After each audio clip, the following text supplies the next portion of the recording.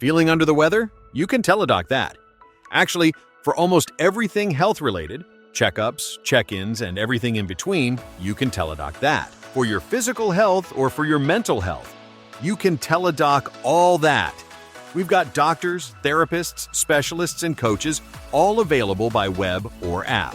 Get started today at teledochealth.com. That's TELADOC health.com.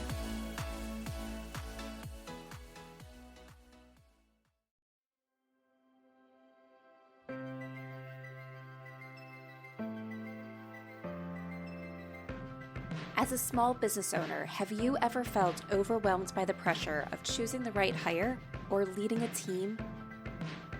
Or have you ever found yourself tolerating a bad hire because you fear trying and failing again as you repeat the hiring process?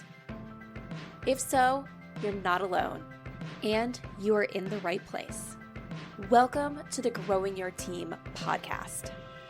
The Growing Your Team podcast teaches business owners like you to expand your unique business by teaching you to master the hiring and team management process. Hiring and managing a team does not have to be a challenge. You just have to learn to do it right. And the Growing Your Team podcast teaches you how to become a confident leader who hires right every single time. Now, let's jump into the show where each episode you will learn tips on how to identify what type of help you need on your team, how to source amazing candidates, how to conduct interviews that lead you to your ideal team member, how to onboard successfully, and how to lead every person in your business so you have a team of rock stars who you are happy to pay every single paycheck. So let's jump in and teach you how to hire like a pro. Hello, Jamie Van Kuyk here, and welcome back to the Growing Your Team podcast. Today, I want to talk about processes and why I think it's a waste of time for you to create detailed processes before you hire. I know there's probably people listening to this right now being like, Jamie, what are you talking about? Please don't tell people that. We need process. We need to understand what we're handing off and what we're doing and things like that. And I say, yes, but. And it's the but that I want to get into a lot today.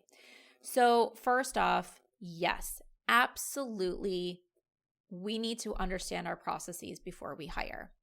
We need to actually spend time to think about what we do, because so often in our businesses, we are just doing. We do need to understand our processes, because how do we know what we are hiring for if we don't understand our process? How do we understand where we actually need help if we don't understand our process?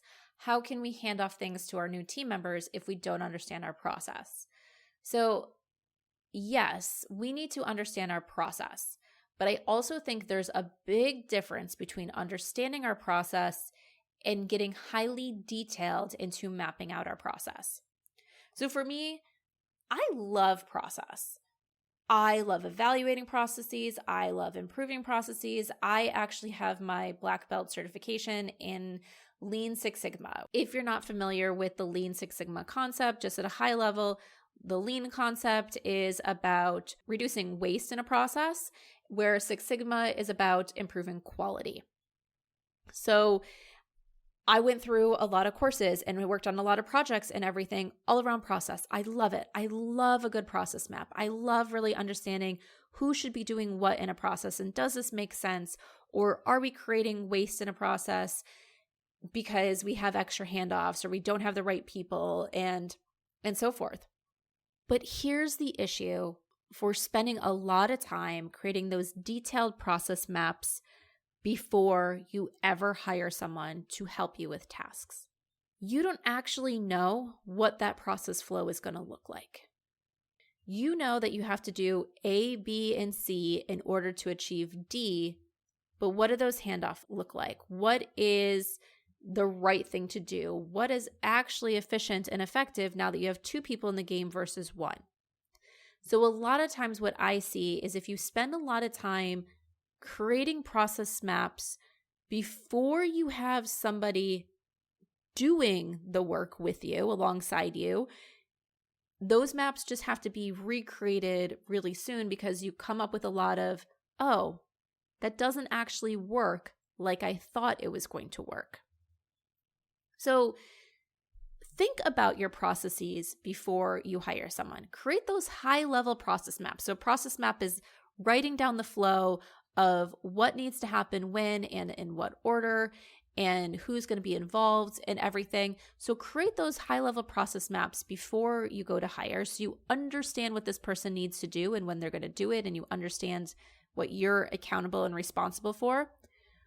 But don't get married to those process maps. Don't have them written in stone. So my suggestion to you is, if you're going to hire someone to help you figure out your processes, which there's a lot of fabulous and great people that do help with process, we've had a few of them on this podcast, is make sure that they're going to help you with some sort of plan of, let me get ideas on paper, let me map out what this should be, then going back to now 6 months, 3 months, depending on what the exact process is. Now that I have someone else in this process, we revisit this to now create what it actually looks like and map out what it actually looks like and think about, is this correct and effective once that person's doing that process alongside you? I guarantee that if you create your process map yourself, what I mean by yourself is when it's just you doing that work, there will be gaps. There will absolutely be things that you forgot to put in there because for you, it's so second nature. So that if you're training on this process map, you will forget to put stuff in there. If you haven't ever seen this example, it's fantastic. There's these examples of kind of being detailed with things where it's write directions for creating a peanut butter and jelly sandwich. And the directions are always horrible. Right? We think creating a peanut butter and jelly sandwich is so easy, but when we write the directions, there's certain things that people forget. Like, take the lid off the peanut butter jar. Get a knife, put the bread on plates, like things like that we forget these steps. And we think to ourselves, well, why do I ever have to say that? Well, just because you know to do it doesn't mean someone else knows to do it when they've never done it before inside your business. So I really think this is probably as far as we need to go for this particular episode, but this is just your warning, just your reminder that process is important. I will tell you, process is super important. We should know who's doing what. We should know where they come in the process. We should know what the handoff is. But my biggest thing and warning is, do not spend too much time getting super detailed in your process maps before you have the people on your team that are going to be involved in that process. Because things will change. And I want to make sure you're spending your time on the right things. So spend your time doing that high-level process so you can understand what skills you need, what this person is going to be responsible for, so you can write that really great job description and look for the right things during the interview process. But do not waste your time with the very detailed process maps until you guys have gone through that process a little bit and you understand what works and what doesn't. Be effective with your time, be efficient with your time, and these great documents that companies should have sometimes just need to come a little bit later when you're a small business versus jumping the gun and getting everything so detailed and so written up when it's most likely going to change. And then my last little tip for process is, even after you create that amazing process that is working, make sure you review it every once in a while. Processes should be updated every once in a while because things change, systems change, we learn new things. What worked today might not work in a year. Or even if it still works, it might not be the best thing to do. So when we review processes and we update processes, we actually save time. Sometimes we save money because we learn we don't need that additional team member that we thought we needed. We just needed to button up our process. So do create your process maps once you have your team members in place and make sure you review and update them. Just don't spend a lot of time getting too detailed on your process before you have people on your team. And that wraps up this episode of the Growing Your Team podcast. Thank you so much for listening. Be sure to follow or subscribe to the podcast so you don't miss new episodes. And if your favorite podcast app has the ability, leave a review and let us know what you love about the show.